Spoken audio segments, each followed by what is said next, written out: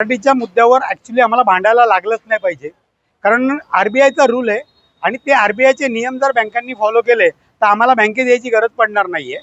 परंतु सातत्याने मराठी भाषेचा अवमान करणे, हिंदी आणि इंग्रजीला प्राधान्य देणे हेच बँकांचं धोरण होतं. परंतु आज आमचे जे उपशहराध्यक्ष शैलेश पांडव यांच्या हद्दीमध्ये बँक ऑफ बडोदा आहे, या ठिकाणी आम्ही जेव्हा आलो आणि त्या बँक मॅनेजरला आम्ही भेटलो, ते परप्रांतीय आहेत, ते मराठी नाहीत. तरीसुद्धा त्यांनी त्यांच्या स्लिपा असतील किंवा इतर फॉर्म्स असतील किंवा ज्या काही गोष्टी आहेत त्यांनी मराठी टाईप करायला त्यात करेक्शन करून आम्हाला दाखवलं की मी प्रिंटिंगला दिलंय. त्याच्यानंतर बँकेतले जे काही बॅनर होते ते त्यांनी स्वतः उतरवलेत. त्यामुळे जे लोक मराठी भाषेचा, मराठी माणसाचा आणि मराठी संस्कृतीचा सन्मान करतात अशा लोकांचं आम्ही अभिनंदन करतो. आम्ही त्यांच्या संस्कृती आणि त्यांच्या भाषेचा सन्मान करतो.